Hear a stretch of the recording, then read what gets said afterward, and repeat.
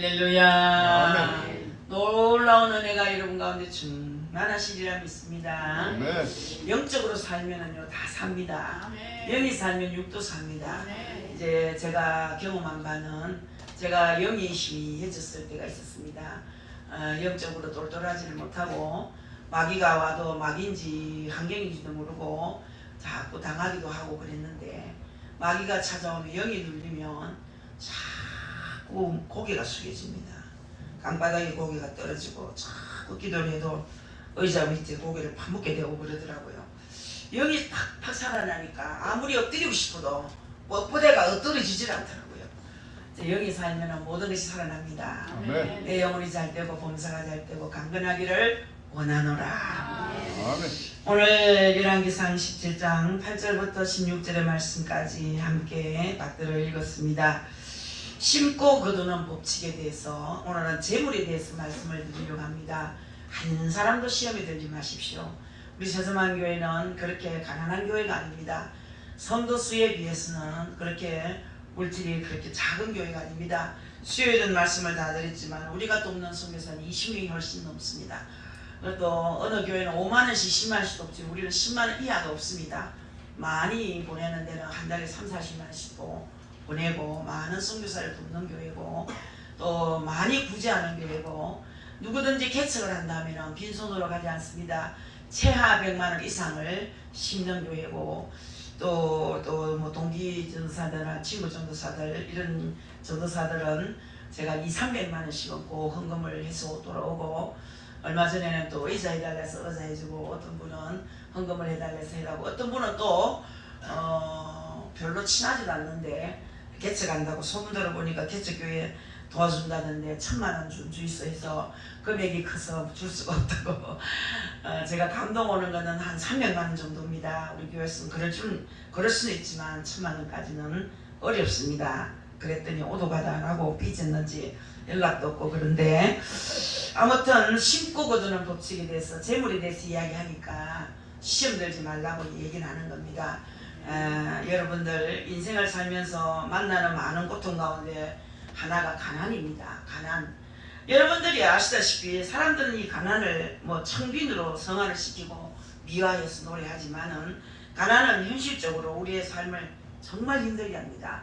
자, 여러분들이 뭐 가난을 경험해 본 분들은 다 아시겠지만 이 가난 때문에 미래의 꿈을 접기도 하고 좌절하기도 하고 비굴하게 되기도 합니다. 돈이 없으니까 비굴해지는 거죠. 비굴해지기도 합니다. 그리고 가정이 깨지기도 하고 자녀들이 삐뚤어지기도 하고 가난은 우리의 인생에서 가장 현실적인 삶의 문제라고 볼 수가 있습니다. 여러분들도 가난을 다 경험해 봤지만은 저도 이 가난이라는 두 글자에서 정말로 힘든 때가 있었습니다. 그러나 지나고 보니까 그 가난이 없었다면 오늘의 세수만 교회는 없습니다. 오늘의 박찬혜도 없습니다. 정말 힘들고 가난할 적에 주님을 만났고 그 주님을 만남으로 통해서 저는 가난한 자를 너무 이해합니다. 그래서 저는 돕는 데 앞장선 자입니다. 가난한 자, 가난한 교회, 가난한 선교사. 왜? 내가 먼저 경험해 봤기 때문에. 영적 지도자는 먼저 경험한 자가 영적 지도자가 됩니다. 그래서 저는 이 가난을 경험한 것에 너무너무 감사를 드립니다. 자, 여러분들 우리 사회에 일어나는 많은 문제들 또한 가난과 관계 있는 것을 우리가 부정할 수가 없습니다. 서울에서 있었던 얘기지만 너무 가난한 어머니와 두 딸이 자살을 했지 않습니까? 자살하기 전에 준비를 많이 했습니다. 공과금 못 낸 거 석 달치, 월세 못 낸 거 석 달치 전부 계산해서 다 돈을 준비해 놓고 유서를 쓰고 세 사람이 같이 죽었습니다. 와서 보니까 밀린 거 다 세금 밀린 거 월세 밀린 거 예산값 다 갚고 정리를 깨끗하게 하고 세 사람이 죽었습니다. 가난 때문에 죽었습니다. 더 이상 먹을 것도 없고 더 이상 직장도 없고 돈 나올 데가 없으니까 이제 스스로 목숨을 끊은 거죠. 그래서 뭐 가장의 자살이나 아내의 뭐 일탈이나 아이들의 탈선이나 이 도심 속에서 강도 사건도 많이 일어나죠. 돈 때문에 그런 겁니다.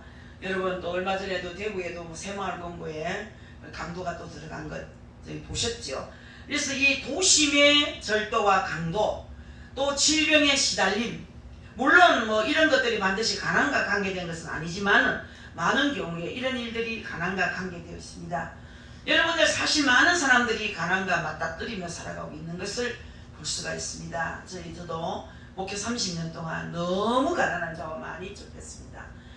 저는 치료하면서 영양실조로 와서 치료를 받는데 무슨 병인지도 모르고 늘 아픈 거예요. 기운이 없고 늘 아프고 늘 짜증나고 늘 눈물 나고 늘 외롭고. 알고 보니 영양실조예요. 영양실조. 이야, 근데 배가 이렇게 불룩하고 살이 뚱뚱하게 쪘는데 누가 그분을 영양실조를 하겠습니까?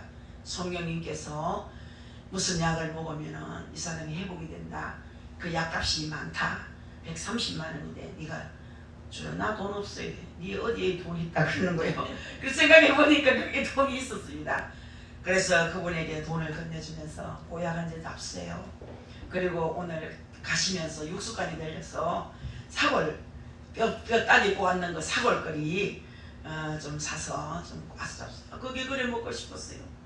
나는 그 뭐 쌍화탕 그놈 하나 먹고 싶은데도 그놈 하나 사 먹을 돈이 없어서 못 사 먹었어요. 이런 얘기를 하면서 이제 자기의 처지를 얘기하는 거야.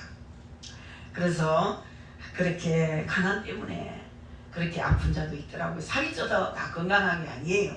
살이 말라도 건강한 사람이 있고 살이 뚱뚱해도 건강치 못한 그런 사람들이 있습니다.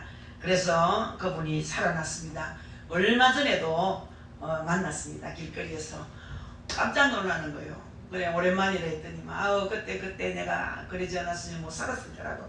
어디 가노? 평화시장에 묵사로 간다 그러더라고요. 이 여름에 무슨 영감이 묵 먹고 싶다 해서 평화시장에 묵사로 가는데 생활은 어떠냐? 아우 요즘은 나라에서 정부에서 저 생활비가 나오고 노령금이 나오고 아파트도 나오고 해가지고 요즘 아무 걱정 없이 잘 살고 있다고 그런 얘기를 했습니다. 자 여러분 도대체 가난이 무엇인가? 벌써 던질 수 없는 운명인가? 아니면 하늘에서 내린 벌인가? 가난은 운명도 아니고 벌도 아닙니다. 죄도 아니고 부끄럼도 아니고 자랑도 아니고 여러분들 절대로 성경은 이 가난에 대해서 칭찬도 정죄도 하지 않습니다. 할렐루야. 이게 가난해졌다 잘됐다 이것도 없어요. 그렇다고 해서 정죄도 하지 않습니다. 그러나 가난은 우리의 삶을 힘들게 하고 고통스럽게 하는 건 사실입니다. 쓰고 싶을 때 못 쓰고 가고 싶을 때 못 가고 꼭 그것이 먹고 싶은데도 없어서 못 먹을 때는 비참합니다. 뭐 입맛이 없어서 못 먹고 소화가 안 돼서 못 먹는 건 또 괜찮지만 너무 배고프고 너무 먹고 싶은데 그 돈이 없어서 참아야 되는 거 그때는 비참하게 되죠. 자 그렇습니다. 여러분들 성경에서는 이 가난을 칭찬도 하지 않고 정죄도 하지 않습니다. 그렇지만 가난은 우리의 삶을 힘들고 고통스럽게 만드는 것은 사실입니다. 그렇다면 가난은 극복할 수 없는 것인가? 이 가난을 넘어서 풍요로움으로 가는 길은 없는 것인가? 성경은 그 길을 분명히 제시하고 있으며 또 성경적인 가난 극복 원리는 우리 오늘 말씀을 통해서 알게 됩니다. 첫째로 뭐냐? 부유함을 기대해야 됩니다. 나도 잘 살 수 있다. 어떤 분이 그랬어요. 80이 넘은 근사님이 언제 한번 돈 마음 놓고 한번 써보고 싶다 그래. 기대하세요. 함께 이 나이에! 이러더라고요. 나이가 무슨 상관이 있으면 오늘이라도 돈 따발이 떨어질 수 있습니다. 기대하세요. 함께 허망한 소리 하지 말라고 이제 그렇게 했는데 생각지도 못한 아들이 이제 달달이 50만씩 또 어머니에게 용돈을 주기로 또 기대를 걸었더니 주셨다. 이제 처음에는 막 헛소리 하지 말라고 이 나이에 어디서 돈이 나오겠냐고 그랬는데 근데 맏아들은 잘 사는데도 돈을 안 주고 둘째 아들은 월급이 올랐는지 어쨌는지 한 달에 50만씩을 엄마에게 붙이겠다고 그렇게 연락이 왔다고. 그래서 이제 50만 원만 더 보태면 크게 어려움 없이 살아갈 수 있습니다. 이제 이런 얘기를 해서 둘째 아들이 자기를 살렸다고 그래요. 오늘 보면 열왕기상 17장에 보면 하나님의 사람 엘리야가 사르밧이라는 곳에서 한 여인을 만납니다. 그 여인은 남편 없이 홀로 외동아들을 데리고 삽니다. 자 여러분들 그 당시에는 시대적 상황이 그렇습니다. 여자가 혼자 살아간다는 것은 상상할 수 없을 만큼 어렵습니다. 요즘은 여자들이 간띠가 커가지고 툭 하면 막 이혼하자 달라들지요. 네 없어도 내 잘 먹고 산다 하니까 남자들이 설 자리가 없습니다. 뭐 거시 빠져가 요즘 남자들의 순환이 보통 큰 게 아닙니다. 니 없어도 산다. 니 없어도 당장 이혼하자. 이러는 대부분 40% 이상이 여자가 먼저 이혼을 재촉한다 그러지 않습니까? 자, 여러분, 그 당시에는 정말 혼자 살아간다는 것은 상상할 수 없을 만큼 어려웠는데 구약은 사회적 약자를 언급할 때 항상 고아와 가부를 언급했습니다. 그런데 가뭄과 흉년까지 겹쳐서 먹을 것을 구하기가 너무나 어려웠습니다. 그래서 이 여인은 마지막 한 끼 음식을 만들어 먹고 아들과 함께 죽으려고 한다 했거든요. 이 여인의 기가 막힌 현실의 고백을 들어보면 17장 12절을 보시면 누가 읽어보시겠어요? 우리 신미애 집사님 한번 읽어보시죠. 열왕기상 17장 12절. 그가 이르되 당신의 하나님 여호와께서 살아계심을 두고 맹세하노니 나는 떡이 없고 다만 통에 가루 한 움큼과 병에 기름 조금 뿌리라. 내게 나뭇가지 둘을 주어다가 나와 내 아들을 위하여 음식을 만들어 먹고 그 후에는 죽으리라. 할렐루야. 음식을 만들어 먹고 그 후에는 죽으리라고 얘기를 합니다. 그 후에는 죽으리라는 말은 여인이 스스로 죽음을 선택한 안타까움의 표현입니다. 스스로 죽음을 선택한 거예요. 이 여인에게도 꿈은 있었습니다. 자식에 대한 기대가 있었습니다. 그래서 남편을 잃고서 이를 악물고 살았어요. 이 자식 잘 키워서 훌륭한 인재 만들려고 아들 하나를 힘들게 키우면서 어떤 고생도 견뎌냈습니다. 그런데 가나는 이 모든 것들을 다 포기하게 만들었어요. 여러분, 이제는 더 이상 버틸 수가 없어요. 그래서 죽음을 기다리는 겁니다. 가나는 우리에게 미래는 물론이고 현재도 포기하게 만듭니다. 이것이 절망입니다. 여러분, 가나는 우리를 절망에 빠뜨립니다. 그래서 사르밧에 참 이 여인도 내일을 포기하고 죽음을 기다립니다. 그러나 성경은 이 가난 때문에 꿈을 포기하지 말고 오히려 가난한 중에 하나님의 축복을 기대하라고 가르치는 거야. 할렐루야. 어떻게 가난 중에 부유함을 기다리고 여러분 기대할 수 있겠는가? 요행을 기다리는 말인가? 그냥 위로의 차원에서 사는 말인가? 아니에요. 이유는 하나님이에요. 하나님 때문에 우리가 기대를 하는 거예요. 하나님 때문에 부유를 기대하는 거예요. 하나님 때문에. 살다 보면 이런 일도 있네. 오늘 유전사님이 그래요. 살다 보니 희한한 일이 다 있네요. 내가 30년 동안 생활비 20만 원 받고 살았는데 살다 보니까 희한한 일이 생겨요. 무슨 일입니까? 아버지가 바람나서 일본으로 갔는데 엄마는 벌써 버림받고 벌써 죽었고 일본으로 아버지가 건너가니 찾을 길이 없어. 아버지를 찾을 길이 없는 거라. 그래서 소문에 듣기로는 일본에 건너가서 다른 여자와 결혼해서 산다는 얘기, 애기 놓고 산다는 얘기까지 들었다는 거야. 그래서 늘 아버지를 생각했대. 우리 아버지가 살았는지 죽었는지 일본에 있는지 한국에 있는지 도대체 알 길이 없는데 희한한 일이 생겼습니다. 희한한 일이 생겼습니다.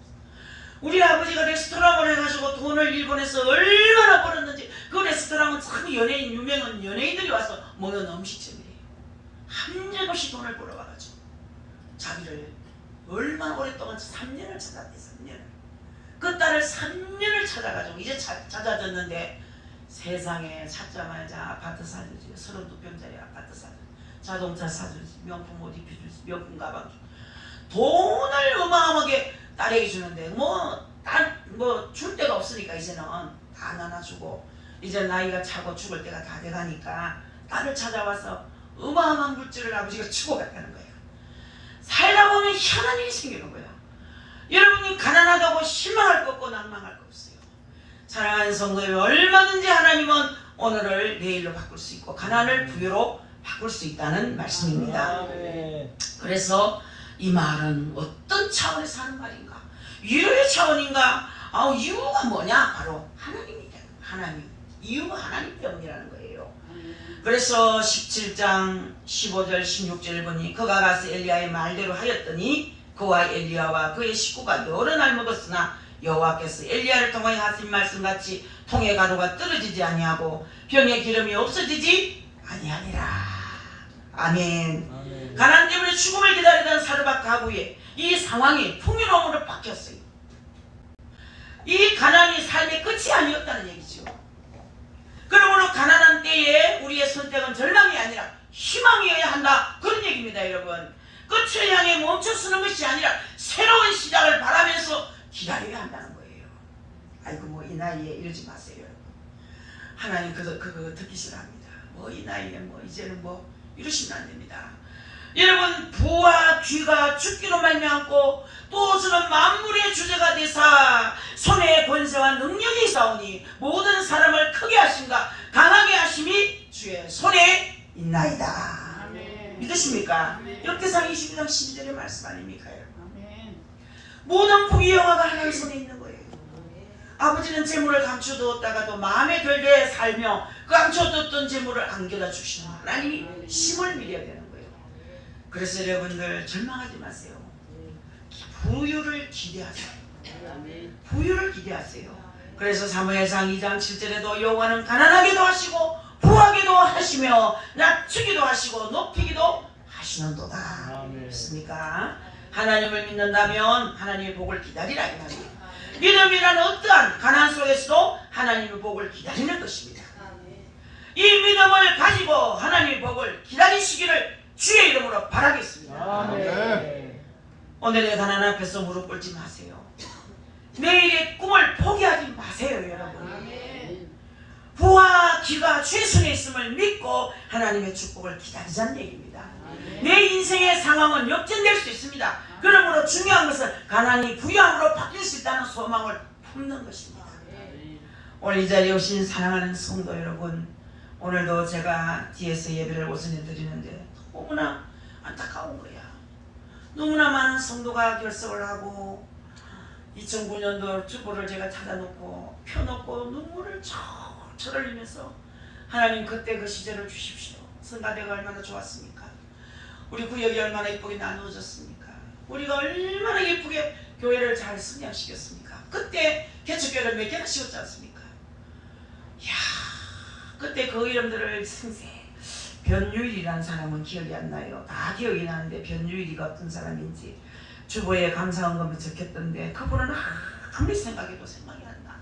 초신자였는지 아니면 아따가 금방 났는지를 모르겠는데 지금 현재 주보를 보니까 여기 있는 사람 별로 없어요. 그때는 정말 제가 이제 2009년도 카렌다에다가 여기 카렌다 메모하는 카렌다에 다 쓴 게 있어요. 거기 이제 신앙 일기처럼. 그래서 이제 2번을 모아놨는데 그 펴서 봤어요. 펴봤더니 하나님의 놀라운 은혜로 오늘 100명이 넘었다. 하나님 감사합니다. 우리 성도를 축복하시고 교회를 크게 성장시켜 주십시오. 이렇게 기도 제목이 딱 적혀 있더라고요. 이런 이제 그때가 있었는데 그때는 사람이 너무 많아가 제가 지쳐가지고 하나님 앞에 그런 기도를 했던 것 같아요. 하나님 사람 고마 보냈어. 나는 한 50명이 적당합니다. 그렇게 기도한 것이 잘못된 것 같아요. 하나님은 내 귀에 들리는 대로 행하겠다고 말씀하셨거든요. 이야, 지금 그게 얼마나 후회가 되는지. 지금은 300명 주셔도 됩니다. 하나님. 그때 그 기도 포기합니다. 취소합니다. 절대로 이제 그런 마음이 없습니다. 그때는 너무 지쳐서 제가 그런 기도를 수시로 한 것 같은데 이제는 방목사도 있고 걱정 없습니다. 300명 수를 주셔도 감당할 수 있습니다. 제가 그러면서 책상 앞에서 얼마나 하염없이 울었습니다. 자, 여러분들 이 사르밧 여인 이야기를 전반적으로 읽어보면은 우리를 참 황당하게 하는 표현이 있습니다. 그것은 엘리야의 말과 행동이에요. 엘리야는 사르밧의 여인을 만나서 어처구니 없는 요청을 합니다. 너무나 어처구니가 없어요. 엘리야가 보세요. 17장 13절 우리 신미애 씨 읽어보시죠. 예. 13절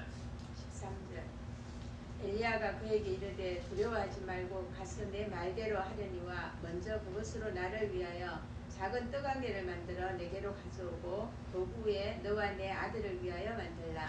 할렐루야. 자, 여러분 황당하지 않습니까?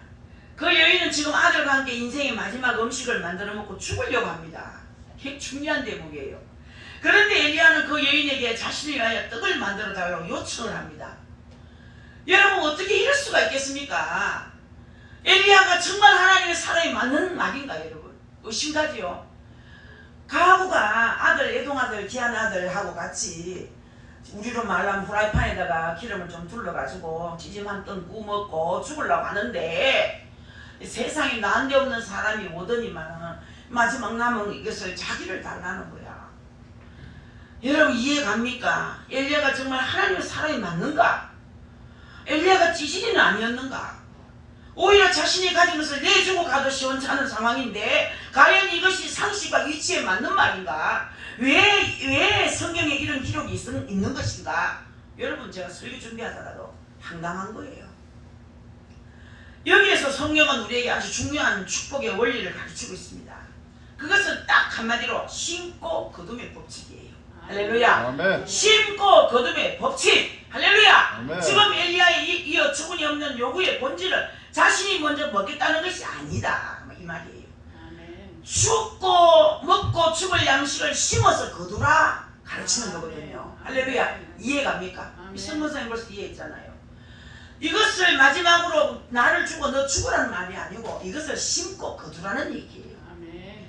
사랑하는 성도 여러분, 다시 말해서 먹고 말면은, 먹고 끝내면 인생의 마지막 양식이 되지만 그것을 심으면 거둠의 씨앗이 된다는 것을 가르치고 있는 거예요. 아멘. 아프간 사람들은 줄임배를 독초로 채운다는 말 들어봤어요. 독초로 채우면서 눈이 먼데요. 독초를 먹으면 눈이 어두워진다 하더라고. 또 아프리카 사람들은 덜 익은 야생콩, 덜 익은 그 야생콩을 배가 고프니까 그거 배를 채우면서 간을 손상시킨대요. 다 한대요. 그거 다 알면서도 여러분, 목구멍이 포도청이니까 할 수 없는 것이라는 거예요. 11월에 씨를 뿌려야 3월에 수확을 한다고 하니까 그 기간 동안 살아남는다 해도 파종기에 뿌릴 씨앗이 있어야 수확을 기대할 수 있습니다. 독이든 콩깍지 먹는 판에 종자가 남을 리가 없다, 이 말이거든요. 자, 여러분, 가난할수록 심어야 됩니다. 아멘. 11조 안 하고 평생 신앙생활 해봐야 여러분 살림은 절대 안 늘어납니다. 제가 경험한 바입니다. 하나님이 저에게 복 주시고 싶어서 11조를 떼먹으니까 11조를 봉투다 넣어가 책갈피다 넣고 다음 주에 해야지. 그래가 돈이 없어 봉투 살살 뺐습니다. 아유, 하나님 8만 원이나 뺐었네. 이제 15만 원밖에 안 남았네. 아버지 다음 주에 채워갖고 넣을게요 하고 그 짓을 자주 했거든요. 어려우니까 그 짓을 하더라고요. 그리고 어느 날 이제 돈이 생겨서 떼먹은 11조를 전부 다 봉투다 넣어가 하나님께 드리는데 가슴에서 너 그거 금액 다 아니다. 너 8번만 떼먹은 게 아니고 15번 떼먹었다 그러더라고요. 나는 15번, 도무지 15번이 아닌데 8번인 줄 알았는데 내 반틈은 까먹은 거예요. 하나님은 세고 계시더라고요. 얼마나 정확하신 하나님이신데 무섭죠. 우리 정기 집사도 하나님 복 주려고요. 정신없이 자고 있는데 일어나라! 하더라고요. 말라기 2장 말씀 읽어봐라. 2장 8절에서 10절까지 읽어봐라. 이랬대. 그래가지고 갑자기 불 좀 켜봐라. 성경 찾아봐. 성경. 말라기 찾아봐라. 말라기 뭐 말라고. 그랬더니 꿈 이야기를 하는 거예요. 세상에 그때부터요 11조를 얼마나 살았는지. 11조 100만 원 하면 되는데요. 보통 120만 원, 150만 원입니다. 더 심어야 된다고. 정확한 11조입니다. 박찬의 목요일날 헌금 11조 대도 안 하는 것 같아서 내가 더 한대 이러더라고. 아이고 무서우리. 여러분, 하나님도 무섭고 남편도 무섭습니다. 보도 안 하고 위에서 하라는 내가 11조 들어가는 거. 저는 11조를 본교회 다 안 해도 가난한 교회도 하거든요. 정말 저는 하나님 앞에 가난한 교회를 많이 돕고 싶은 마음이 항상 있는 거예요. 왜? 제가 어려워봤거든요. 초기에 말이에요. 교회 세워놓고 초기에 한 달에 60만 원 월세 제대로 못 낼 때가 있었거든요. 그래서 제가 남편한테 말 안 하고 나 11조는 개척교회 많이 보냅니다. 그래서 우리 남편이 딱 보고 목요일날 헌금 들어오고 나 11조 띠먹는 것 같아가 내가 20만 원씩 더 한다고 그러더라고.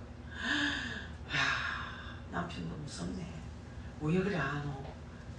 안에 내가 딱 200만 원 딴 데 보냈는데. 여러분들, 하나님의 계산은 정확합니다. 이 자리에 오신 사랑하는 성도 여러분들, 지혜로운 농부 얘기 좀 하고 싶습니다.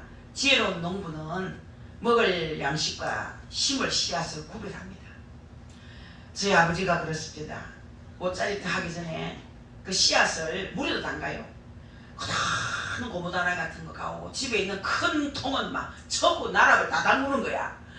나락을 담가기를 보면은 부시풀어 좀 포릇포릇하게 싹 트니까 옷자리 털가 쉽더라고요. 그래서 우리가 먹을 양식은 전부 방앗간에 가서 쌀을 찧어요. 이제 요때쯤 되면 마지막 쌀을 찢는 것 같아. 찧어가지고 정말 두지다가 넣어놓습니다. 씨앗과 먹을 양식을 구별합니다. 그 지혜로운 농부예요. 아멘. 자, 여러분, 농부는 절대 종자 씨앗을 먹지 않습니다. 그것을 먹어버리면 농부는 정말 어리석은 농부입니다. 왜 그런가 하면 종자 씨를 먹어버리면 다음 해에 거둘 것이 없습니다. 씨를 왜 까먹습니까? 씨를 까먹으면 거둘 것이 없습니다. 그렇기 때문에 씨와 양식을 구별하는 지혜가 필요하다 이 말이에요. 이것은 하나님이 우리를 축복하시는 방법입니다. 우리 하나님은 우리에게 복 주실 때 씨와 양식을 구별해서 주셨습니다. 믿습니까 여러분? 아멘. 인과응보, 심고 거두는 법칙은 만고불변의 법칙이라 했어요. 영적인 세계에서도 마찬가지입니다. 마찬가지예요. 심는 자에게 씨와 먹을 양식을 주시는 이가 너희 심을 것을 주사 풍성하게 하시고 너희 의의 열매를 더하게 하시리니 고린도후서 9장 10절에서 분명히 말씀했어요. 여러분, 심는 자에게 씨와 먹을 양식을 주시는 이가 너희 심을 것을 주사 풍성하게 하시고 너희 의의 열매를 더하게 하시리니, 이게 고린도후서 9장 10절의 말씀인 거예요. 그러므로 우리는 무엇을 먹고 무엇을 심을 것인가를 구별해야 됩니다. 아무리 지금 힘들고 어려워도 종자 씨앗을 먹어서는 안 된다는 겁니다. 이 종자 씨를 먹어버리면 거둘 것이 없다는 얘기예요. 먹어버리면 그 인생의 마지막 양식이 되지만 그것을 심으면 내일의 추수를 거두는 씨앗이 되는 것이에요. 아멘. 양식으로 먹으면 지금은 배부르겠지만 다음은 거둘 것이 없습니다. 그러나 씨앗으로 심으면 지금은 배고프지만 내일 풍성하게 거둘 것이 있습니다. 아멘. 할렐루야. 아멘. 우리 교회는 11조 안 하는 분이 없습니다만 얼마나 감사한 일입니까? 10일은요 내게 아니에요. 제가 2시 예배 인도하는데 하나님이 2시 예배 막 준비하고 있는데 오늘 그 얘기를 하는 거야. 그대 도둑질 해먹을 것이 없어서 하나님 것을 도둑질 해먹나? 그 말하는 거예요. 아마 그때 하나님 돈을 도둑질 해먹은 사람이 있었던가 봐. 2시 예배에. 그 본교에서 못 가르치니까 어디 도둑질 해먹을 것이 없어서 하나님 돈을 도둑질 하냐고. 그 이제 11조 떼먹다 이 말이거든요. 근데 그거 당장 잊어버릴까 싶어서 제가 엄마 강단에 올라오자마자 그 얘기를 했거든요. 자, 여러분들 시험 들지 마세요. 여러분, 제가 이건 하나님 말씀이니까 전하는 겁니다. 뭐 어떤 분은 11조 얘기하면 기분 나빠가 막 교회 오기 싫다, 막 다음 주에 안 온다 이런 얘기를 옛날에 그 천성우 집사님 계실 때도 천성우 집사가 어느 교회에서 그래 시험 들고 왔다 그러더라고요. 내가 갔더니만 뭐 돈 이야기해서 막 꼴보기 싫어서 그 교회 안 갔다 하더라고요. 저는 이 헌금 이야기를 잘 안 합니다. 여러분, 헌금 이야기 어디 잘 합니까? 이 2시 예배도 저는 잘 안 합니다. 그거 믿음대로 하는 거고 은혜대로 하는 것이, 은혜 받으면 헌금을 저절로 하게 돼 있고 강요하지 않아도 하나님은 마음을 감동해 주시거든요. 아멘. 그렇기 때문에 우리는 무엇을 먹고 무엇을 심을 것인가를 잘 구별해야 한다는 얘기예요. 아무리 지금 힘들고 어려워도 종자 씨앗을 먹어서 안 된다는 얘기입니다. 이 종자 씨를 먹어버리면 거둘 것이 없다는 얘기예요. 먹어버리면 그 인생의 마지막 양식이 된다 이 말이에요. 그것을 심으면 내일의 추수를 거두는 씨앗이 된다는 얘기입니다. 양식으로 먹으면 지금은 배부르지만 다음에 거둘 것이 없고 배고프다 이 말이에요. 그러나 씨앗으로 심으면 지금은 배가 고파. 지금은 꽁당보리밥을 먹어야 돼. 지금은 씨앗 아니라고 쌀밥 구경 못해. 그렇지만 내일 거둘 것이 많다는 얘기입니다. 11절을 강조하는 이유도 바로 여기에 있는 것입니다. 하나님이 내게 주신 모든 것의 10분의 1은 미래를 위해서 심어야 하는 씨앗이라는 얘기죠. 나머지 10분의 9는 먹어도 되는 양식입니다. 이것이 하나님의 법칙이에요. 10분의 1은 하나님 것이고 10분의 9는 내가 쓰되 주를 위해서 써야 된다. 주의 영광을 위해서. 주의 영광을 위해서. 죄 짓는 곳에 쓰지 말라. 그런 얘기죠. 여러분들, 그래서 이것이 하나님의 법칙이니까 파종과 추수의 법칙이고 풍성함과 축복의 법칙인 거예요. 오늘 이 자리에 오신 여러분 오늘 힘들다고 심어야 할 11조마저 먹어버리면 내일 거둘 것이 없어지고 맙니다. 그렇기 때문에 가난 중에도 11조의 씨앗을 심으라 이 말이에요. 그래야 내일 거둘 것이 있다는 얘기입니다. 11조는 우리의 삶을 풍요롭게 만드는 축복의 법칙이라는 얘기죠. 그래서 풍성한 거둠의 복을 원한다면 먼저 심으세요. 씨앗을 심어야 거둘 것이 있습니다. 심고 거두는 것이 성경의 법칙이고 축복의 원리인 거예요. 심을 때는 많이 심으세요. 심는 것에 따라 거두기 때문에 사르밧 여인은 많이 심었어요. 왜? 전부를 다 심었잖아. 한 끼 먹고 프라이팬에 둘러가서 찌짐 한 덩어리 구우면 마지막 음식인데 그거 안 먹고 심었더니 밀가루통에 밀가루가 마르지 않고 기름병에 기름이 마르지 않는 놀라운 축복을 거두게 됐다는 얘기입니다. 그래서 고린도후서 9장 8절에 이것이 곧 적게 심는 자는 적게 거두고 많이 심는 자는 많이 거둔다 하는 말이로다 그랬어요.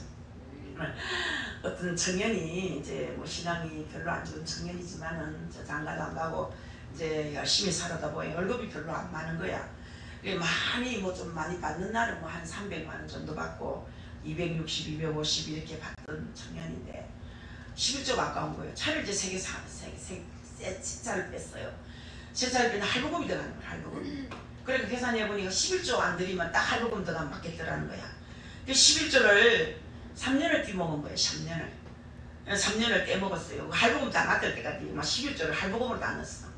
그런데 하나님께서 할부금 다 넣은 아이고 이제 할부금 다 넣었다. 막 다음 달부터는 할부금 막 한 30만 원 들어가는 거 안 들어가야 되겠네.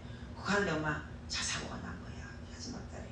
차 사고는 차는 차대로 망가지고 사람은 다리 한 짝이 날아가 버렸어.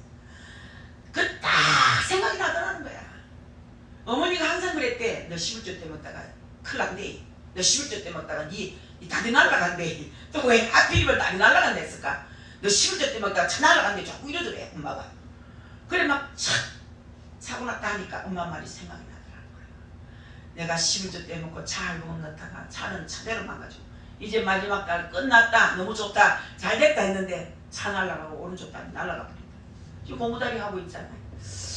그런데 여러분 하나님은 참 어떨 때는 너무 사랑이 많으시면서도 어떨 때는 너무 잔인하다.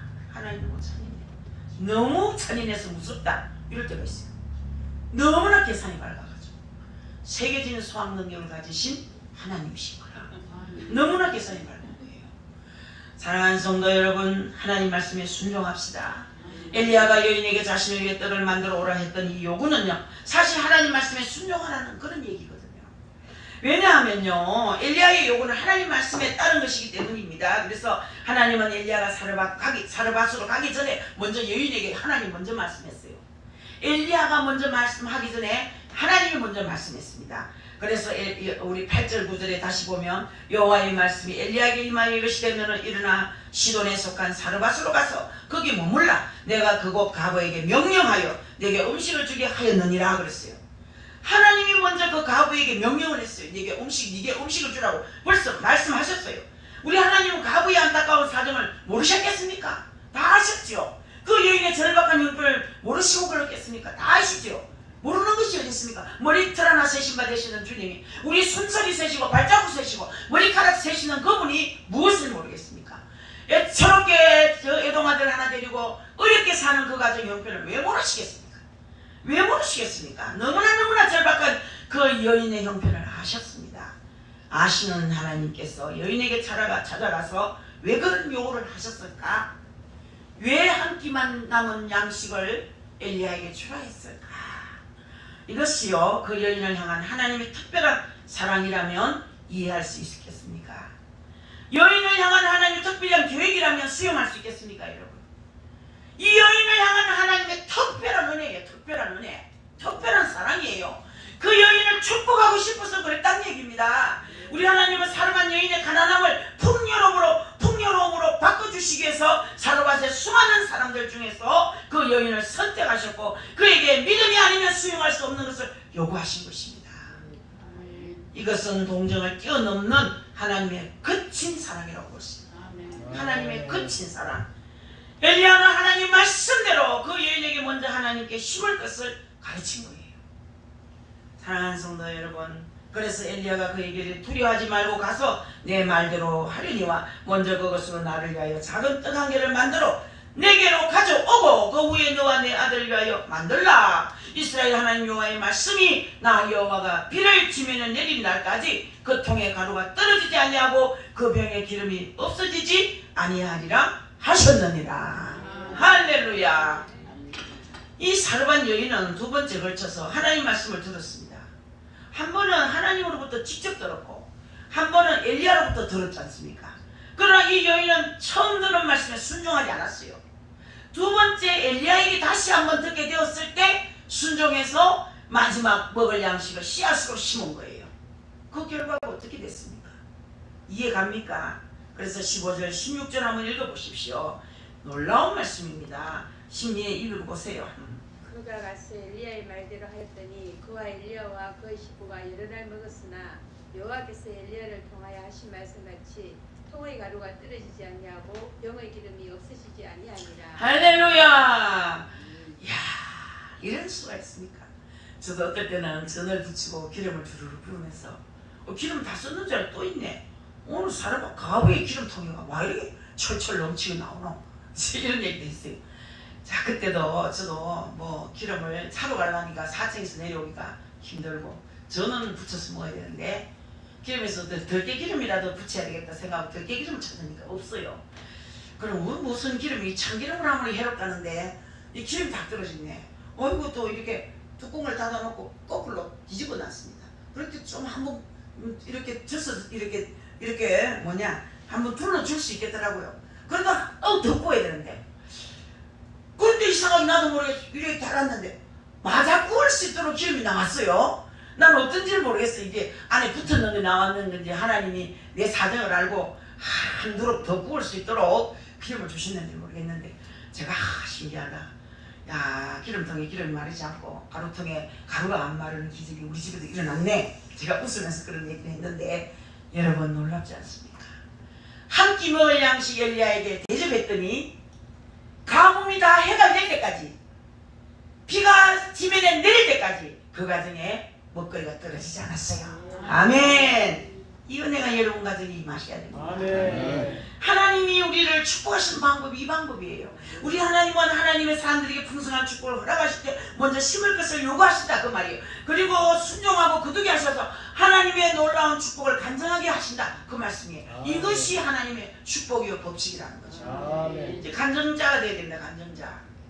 여러분 간증거리를 가져야 됩니다.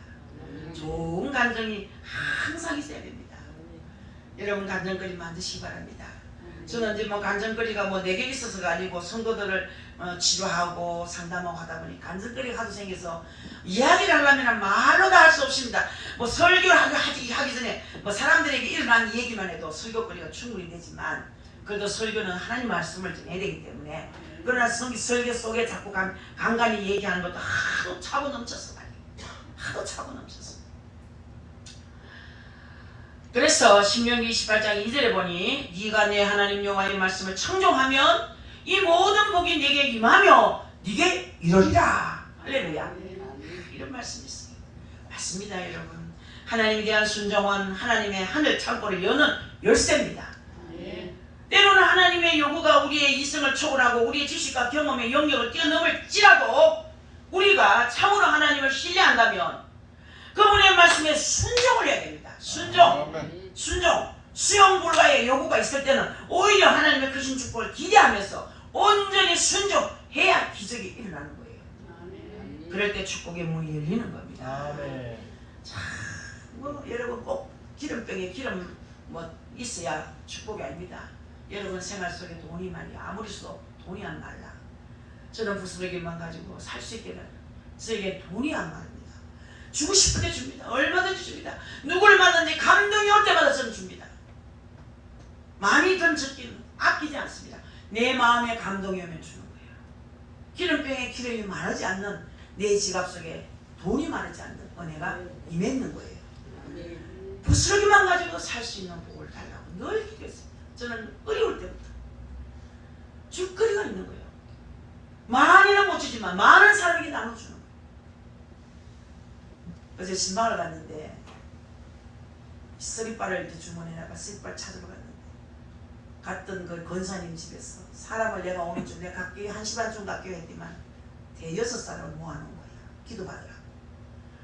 아유 나 힘들어. 토요일 억지로 시간 빼가 왔는데 사람 대여섯 사람 모아놓은 게 나는 힘들더라고요.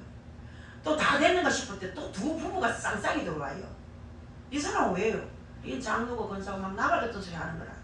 나는 지금 마음이 급한데 왜 사람을 자꾸 모으는지 난 물어보도 안 하고 말이야. 신발이고 머리가 막 땡장 치고 오고 싶은 거예요. 그런데 저 의자에 한 사람이 막 눈에 슬픔이 가득 찬 여장을 하나 앉아있어. 뭐가 저래 한없이 누구 울고 싶으냐. 그래 내가 다른 사람 치우고 저 좀 와보라고. 왜 그래 눈물이 슬픔이 꽉 찼냐고 그랬더만 얼마 전에 친정엄마 죽고 한 달 전에 또 시어머니 죽고 얼마 전에 또 친정어머니 죽고 얼마 전에 또 뭐 누구 죽고 막 누구 죽었다는 거야. 와 사람이요. 사람이 죽었다 하니까 얼마나 슬프겠습니까. 근데 그 사람은 이방 사람이에요. 그 사람은요 하나님의 사람이 아니에요. 내가 보기 무당 같아. 처음 교회 한번 나갔대요. 처음 교회 한번 나갔는데 세상에 슬픔이 가득 찬 거야. 그래서 또 한 사람은 암이 걸리가 오늘날 한대. 그게 오래비래 또 질주상이 줄줄 나는데요. 여러분 하나님만이 아실 겁니다. 그런데 이 여인은 귀신이 들었어요. 귀신이 들었어요. 귀신이 들었는데 기도하는데 이걸 내가 얼마나 놀라겠어요. 그러니 그 사람 때문에 놀란 거 생각하면 지금도 심장이 벌렁거려요. 한참 기도해주고 있는데 하면서 휙 나가버리는 거야. 내가 30년 목회하면서 이런 거라는 처음 봤다. 내가 근사님 이런 소리하고 하여튼 내일 주일이고 오늘 내가 에너지를 보충해야 돼. 내일 다 빼기 하냐고. 아우 죄송합니다. 나한테 물어보고 저런 사람 좀 데리고 와야 되지. 묻지도 않고 무조건 갖다 끌고 와가지고 기도해 주라고 하면 내가 어떻게 되냐고. 제가 야 귀신이 못 견디는 거라. 기도하는데 속에서 귀신이 못 견디는 거라. 그래서 늘 무당을 찾아다니고 나는 절에 가니까 마음 편하던데요. 이 말 하더라고. 난 절에 가니까 그렇게 마음이 편하던데요. 나 여기에 마사지 하러 왔지 내가 기도 받으러 온 게 아니라고 이럽니다. 여러분 나 귀신 소리냐 그런 무서운 소리 처음 들어봤어요. 내가 아직도 심장이 벌렁거리는 거예요. 그래서 제가 오자마자 나갑시다. 집에 못 있겠다. 저 시원한 공기 좀 쉬어야 되겠다. 오늘 토요일인데 좀 쉬지 뭘 또 가냐고 이래. 그런 일이 있다. 내가 앉아가 바위돌에 앉아가니 하나님의 볕이 신부들이 됐습니다. 하나님 그 영혼이 얼마나 불쌍합니다. 시어머니 죽고 친정어머니 죽고 물건을 자기 아파트 다 갖다 놨대. 버려야 되는 거 아닙니까? 그 귀신 떡다리 같은 거 전부 쓰레기 같은 물건을 자기 46평 아파트에 꽉 채워놓고 혼자 잠자리 요금 하나 남겨놓고 꽉 찼대. 이야 희한한 사람 다 있네. 귀신은요 비정상입니다. 뭐든지 비정상은 귀신이 하는 짓이에요. 죽은 시어머니 짐덩어리 친정어머니 짐덩어리 장롱이고 냉장고고 왜 갖다 갖다 놓으세요. 옷가지니 그런 거 다 버려야 되지. 그게 정상이 아닙니다. 그래서 제가 전 집사님 밖에서 기다리고 제가 전 집사님이 화분 들렀다 왔는데 우리 저는 가야 됩니다. 이제 제발 그만합시다. 어쨌든 간에 거기 온 사람들은 대여섯 명이 넘지 싶은데 기도 다 해주고 아직도 그 이야기가 하니까 마음이 벌렁거립니다. 귀신 소리가 얼마나 개쌍한지 하고 하는데 하는데 아이고 정말 소름 돋지요. 여러분 진짜 TV에서 듣는 귀신 소리 흉내도 다 못 내서 비슷한데 틀렸죠. 이상해. 그치? 날카로워 하는 거는 있어. 야 귀신 소리네. 육성으로 처음 들어봤어요. 비정상입니다. 비정상. 여러분 빚을 지저분하게 하는 거 다 정상 귀신집. 여러분들 아셔야 됩니다. 정리정돈해놓고 사세요. 하나님은 깨끗한 곳에 임하십니다. 귀신은요 지저분한 데 옵니다. 가정이 지저분하면 자식 농사 안 돼요. 그거 꼭 알아야 돼요.